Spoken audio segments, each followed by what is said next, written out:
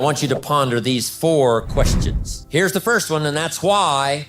Why pay the price? Why work this hard? Why go this far? Why try to learn this much? Why try to do it all? Why try to see it all? Why try to have it all? Why do it? Why learn it? Why study? Why put yourself out? Why try to take on this much responsibility? Why develop yourself to the full? Why try to become all that you can possibly become? Why try to earn as much as you can earn, share as much as you can share, develop every skill you possibly can, see every human you possibly can, go to every class you possibly can, touch everybody you possibly can? Why do that much? Why go that far? Why share that much? Why give that much away? Why try to see everything? Why try to do everything? Why try to become everything? That's a good question, why? And you're the only one personally that can answer that question for yourself. You've got to have your own list of whys. Here's what I want you to do when you go home after you've left this extravaganza. Work on your list of whys. One of the big thrusts for success is to come up with a strong enough why. In leadership training, here's what we learn. If the why is powerful, the how is easy. But if the why isn't strong, if your goals aren't powerful, if the vision isn't clear, the old prophet said, without a vision, we die. Without a vision, we perish. Without a dream, we're nothing.